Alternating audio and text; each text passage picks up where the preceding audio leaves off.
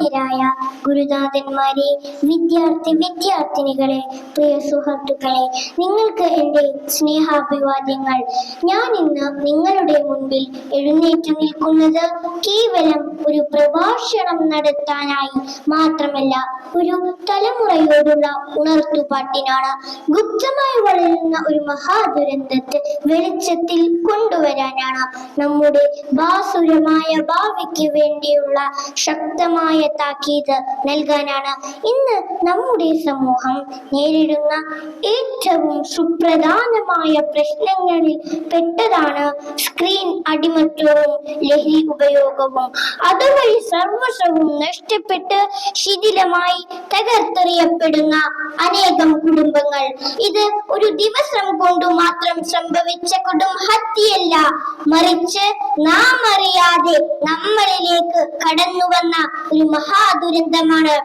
നാം ഇന്ന് കാണുന്ന നമ്മുടെ മക്കൾ ആനന്ദം കണ്ടെത്തുന്നത് കളിമുറ്റത്തല്ല, സ്ക്രീനുകളിലാണ്, പുസ്തകങ്ങളിലല്ല, റീൽസുകളിലാണ്.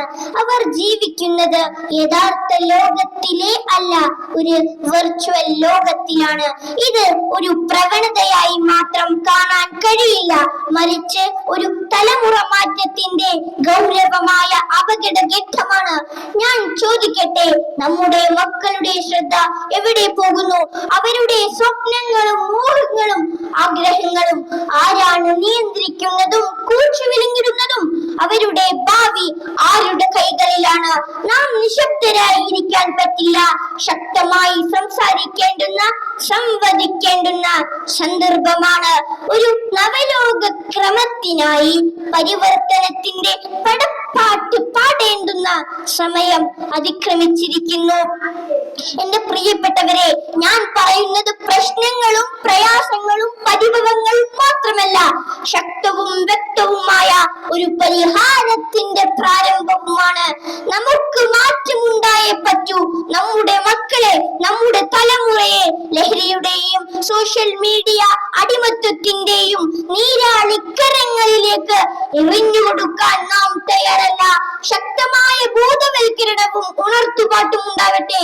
രക്ഷിതാക്കളും അധ്യാപകരും സമൂഹവും കണ്ണിലെണ്ണയൊഴിച്ച് നിതാന്ത ജാഗ്രതയോടെ ഈ തലമുറയെ സംരക്ഷിച്ചു പിടിക്കേണ്ടിയിരിക്കുന്നു. നാം ഇന്ന് ജീവിക്കുന്നത് ഒരു അതിവേഗ ഡിജിറ്റൽ സൈബർ യുഗത്തിലാണ്. മൊബൈൽ ഫോൺ, ഇരുതല മൂർച്ചയുള്ള സോഷ്യൽ മീഡിയ, ഇന്റർനെറ്റ്, ഇവയെല്ലാം നമ്മുടെ ജീവിതത്തിന്റെ ഭാഗമായിട്ടുണ്ട്. രാവിലെ എഴുന്നേൽക്കുന്നത് ഫോൺ നോക്കി, ഉറങ്ങുന്നത് വരെ ഫോണുണ്ട് കയ്യിൽ. പഠന സമയവും സ്ക്രീൻ കവർ ചെയ്യുന്നു. ശ്രദ്ധശേഷിയും ഓർമ്മശക്തിയും ദുർബലമാകുന്നു. ഇത് വിനോദമല്ല, ഡിജിറ്റൽ സ്ലേവറി, സൈബർ അടിമത്വമാണ്. ഇന്നിന്റെ മക്കൾക്ക് 10 സെക്കൻഡ് പോലും ഒന്നിലും ശ്രദ്ധിക്കാനാവുന്നില്ല. പുസ്തകം വായിക്കാൻ ക്ഷമയില്ല. യഥാർത്ഥ ജീവിതത്തിൽ ബോറടിക്കുന്നു. അമ്മേ, അച്ഛാ, എനിക്ക് ബോറടിക്കുന്നു എന്ന് ദിവസത്തിൽ ഒരുപാട് തവണ പറയാത്ത എത്ര കുട്ടികൾ എന്റെ മുൻപിൽ ഇരിക്കുന്നുണ്ട്. പക്ഷേ സോഷ്യൽ മീഡിയ റീൽസുകൾ മണിക്കൂറുകളോളം മടിയില്ലാതെ കാണാം.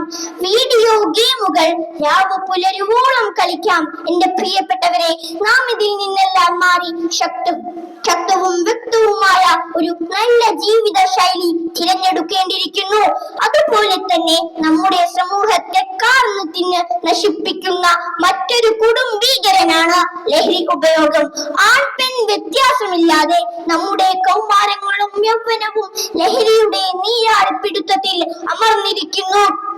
ഒരിക്കൽ ജസ്റ്റ് ട്രൈ എന്ന് പറഞ്ഞു തുടങ്ങുന്നത് പിന്നീട് എസ്കേപ്പ് ചെയ്യാൻ പറ്റാത്ത കത്തിരിക പൂട്ടായി മാറുന്നു. സ്വപ്നങ്ങൾ തകരുന്നു, കുടുംബങ്ങൾ തരിപ്പണമാകുന്നു, ജീവിതം നശിച്ച് നാശക്കോടാലിയാകുന്നു.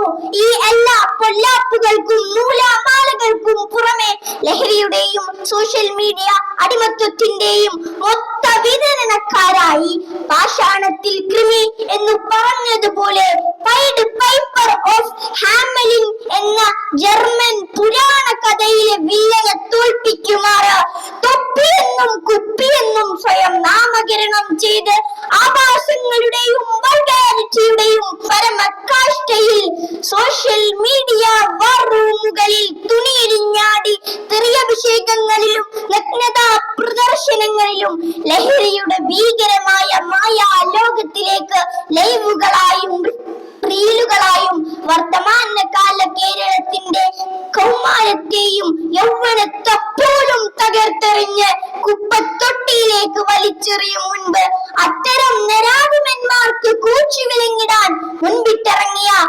പ്രിയപ്പെട്ട കേരളത്തിന്റെ പ്രിയങ്കരനായ ആഭ്യന്തരമന്ത്രി അങ്ങേക്ക് അഭിവാദ്യങ്ങൾ, 1000 പൂച്ചെണ്ടുകൾ.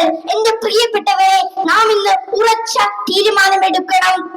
സോഷ്യൽ മീഡിയയും ഇന്റർനെറ്റും നമ്മെ നിയന്ത്രിക്കരുത്. ഇവയെല്ലാം നമ്മുടെ നിയന്ത്രണത്തിലാവണം. പഠനം നമ്മുടെ ശക്തിയാക്കണം. കായികാഭ്യാസം നമ്മുടെ ഊർജമാകട്ടെ.